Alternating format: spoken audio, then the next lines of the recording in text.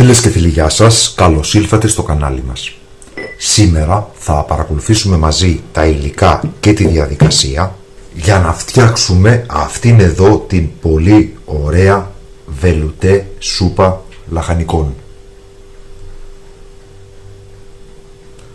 Πάμε λοιπόν να παρακολουθήσουμε μαζί τα υλικά και τη διαδικασία για την εκτέλεση της συνταγής μας.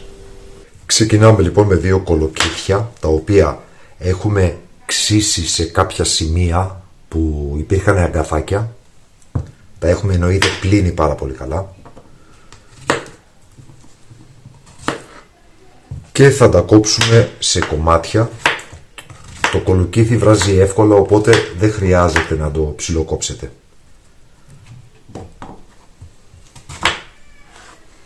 Και θα βάλουμε τα κομμάτια μέσα σε μια κατσαρόλα που θα σας δείξω σε λίγο. Εγώ την έχω δίπλα μου.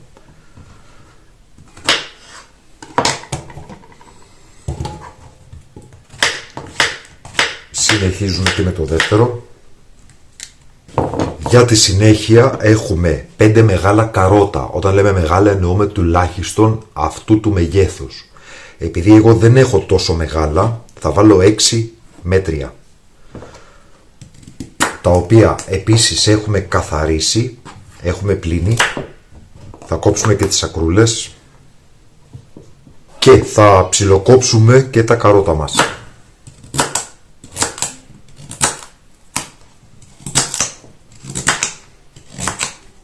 Σε κομμάτια αυτού του μεγέθους, δεν χρειάζεται μικρότερα και το καρότο βράζει σχετικά εύκολα.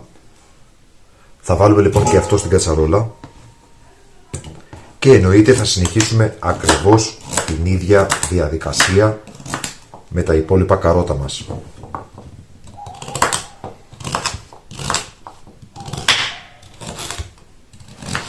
Υπενθυμίζω ότι θέλουμε 5 μεγάλα καρότα, χωρίς βέβαια να αλλάξει κάτι αν βάλετε 6 ή αν βάλετε 3.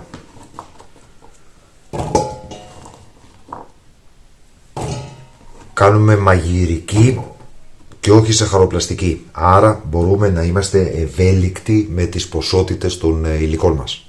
Θα χρειαστούμε μία μεγάλη πατάτα. Εγώ δεν έχω μεγάλη πατάτα, θα βάλω αυτές εδώ που βλέπετε, τις 2 μέτριες και μία πολύ μικρή, τις οποίες επίσης θα κόψουμε σε διαχειρίσιμα κομμάτια.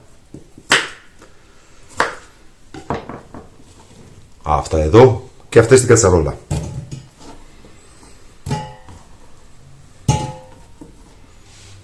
Μία μεγάλη πιπεριά τύπου φλωρίνης. Χαρίζει πάρα πολύ στη γεύση. Θα την ανοίξουμε, θα βγάλουμε τα σπόρια. Τώρα να μείνει και κάποιο σποράκι δεν πειράζει. Αυτή δεν θα την κόψω όπως είναι. Η πιπεριά, όπως καταλαβαίνετε, βράζει πάρα πολύ εύκολα. Θα χρειαστούμε μία μεγάλη ντομάτα, όπου θα αφαιρέσουμε εδώ το κάτω μέρος και εννοείται και από την πάνω πλευρά.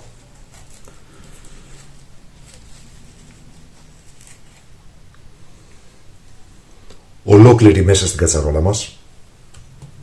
Προαιρετικό υλικό μπορούμε να βάλουμε μισή ή και μια ολόκληρη γλυκοπατάτα, την οποία εγώ ήδη την έχω καθαρίσει, την έχω πλύνει και την έχω κόψει σε μικρά κομμάτια. Και τέλος, εφόσον είναι της εποχής, θα βάλουμε και λίγη κολοκύθα. Μπορείτε να βάλετε και μια ολόκληρη, σαν αυτή εδώ δηλαδή, θεωρείται μικρή. Θα καθαρίσουμε την κολοκύθα μας. Προτιμώ με αυτό το μαχαιράκι, είναι πιο ασφαλές, γιατί η κολοκύθα είναι σκληρή και το μεγάλο μαχαίρι μου είναι πάρα πολύ κοφτερό.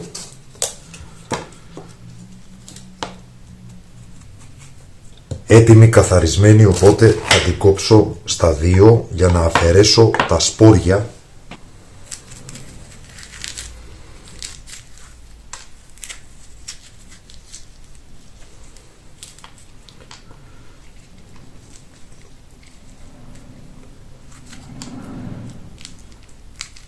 πατήτε μαχίσω για να γίνει λίγο πιο εύκολη η δουλειά μου. Στην κατσαρόλα λοιπόν όλα τα καθαρά κομμάτια.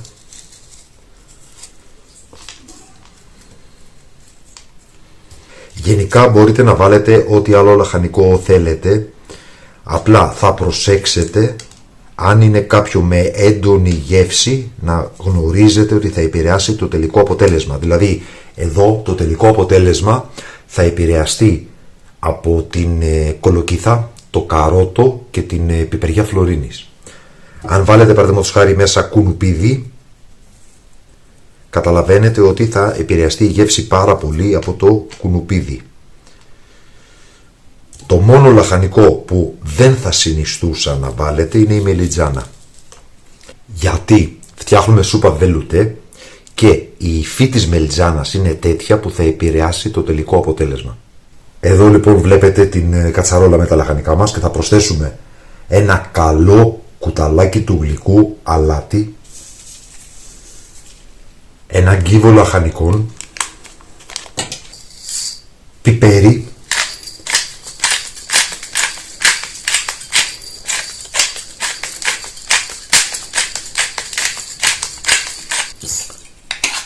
εγώ αλάτι έβαλα ένα κουταλάκι γεμάτο και πιπέρι 40 κράκ.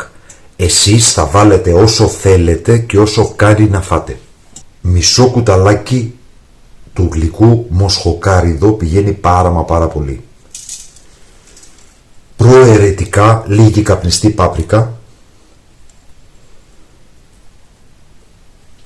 2 φύλλα δάφνης. Θα μισοσκεπάσουμε τα λαχανικά μας με νερό.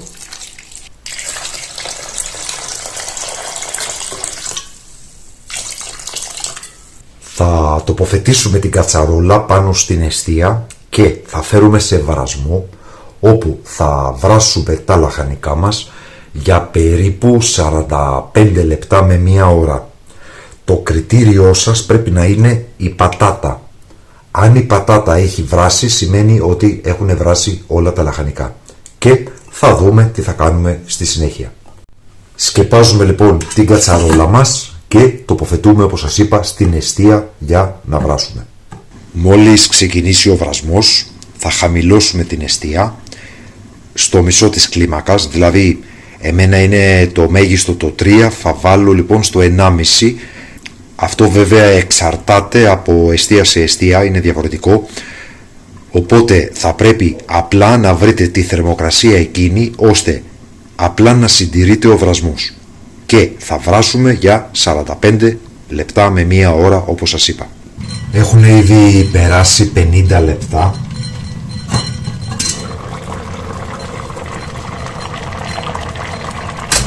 Και η σούπα μας έχει αυτήν εδώ την υφή, βλέπετε, έχει αρχίσει και χυλώνει. Αυτό λοιπόν το οποίο θα κάνουμε είναι θα πρέπει να αφαιρέσουμε τα δαφνόφυλλα. Εδώ και το δεύτερο. Να σας πω επίσης ότι στα προαιρετικά υλικά είναι ένα κρεμμύδι και 2-3 σκελίδες σκόρδο. Εγώ τα πρόσθεσα. Απλά δεν φαίνεται στο βίντεο. Σβήνουμε λοιπόν την εστία και με ένα ραβδομπλέντερ θα πολτοποιήσουμε. Αν δεν είστε σίγουροι για την ποσότητα του ζωμού που έχει παραμείνει, θα κάνετε το εξής. Θα σουρώσετε τα λαχανικά και θα κρατήσετε τον ζωμό. Θα πολτοποιήσετε και σιγά σιγά θα προσθέτετε μέχρι να έχετε την υφή και τη σύσταση που θέλετε. Εγώ από εμπειρία καταλαβαίνω ότι η ποσότητα του ζωμού είναι ακριβώς αυτή που χρειάζομαι. Επίσης, αν δεν έχετε ραβδομπλέντερ, θα βγάλετε με μια τρυπητή κουτάλα τα λαχανικά σιγά σιγά και θα τα πολτοποιήσετε τμηματικά στο απλό οικιακό μπλέντερ. Πάμε λοιπόν να πολτοποιήσουμε.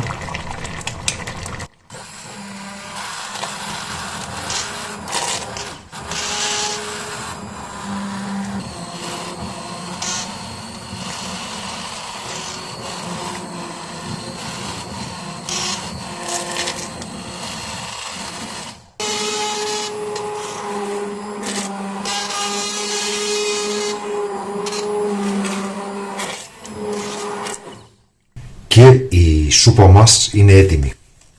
Θα δούμε τώρα αν έχει την υφή που θέλουμε. Βλέπετε, εγώ θέλω ακριβώς αυτή εδώ την υφή. Αν η σούπα έχει βγει πιο νερουλή, θα την βάλετε να βράσει για 5-10 λεπτά σε πολύ χαμηλή θερμοκρασία με ανοιχτό καπάκι. Ενώ αν η σούπα σας έχει βγει παχύρευστη, δηλαδή σας έχει βγει πουρές, σε αυτή την περίπτωση θα προσθέσετε λίγο νεράκι στην κατσαρόλα και θα τη βάλετε να βράσει για 5 λεπτά. Επίσης, σε αυτό το στάδιο και πριν σερβίρουμε, καλό είναι να ελέγξουμε τα μπαχαρικά. Δηλαδή, αν χρειάζεται περισσότερο αλάτι, περισσότερο πιπέρι. Θα περιμένουμε λίγο να κρυώσει και στη συνέχεια θα σερβίρουμε. Και πάμε λοιπόν να σερβίρουμε αυτή την υπέροχη βελουτέ σούπα λαχανικών.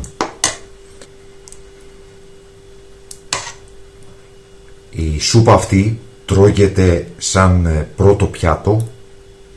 Επίσης τρώγεται σαν ένα ελαφρύ βραδινό και διατηρείται στο ψυγείο για κάποιες μέρες, για 3-4 μέρες τουλάχιστον.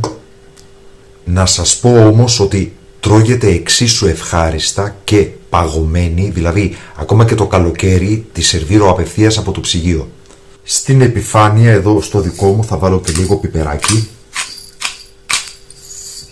και επίσης μπορείτε να προσθέσετε λεμόνι. Σούπα βελουτέ λοιπόν, φτιαγμένη με λαχανικά, μια πολύ νόστιμη και ελαφριά σούπα για όλες τις περιστάσεις. Αυτή ήταν λοιπόν η σημερινή μας συνταγή, ελπίζουμε να σας άρεσε. Σας ευχαριστούμε που μας παρακολουθήσατε, καλή συνέχεια, να είστε όλοι καλά.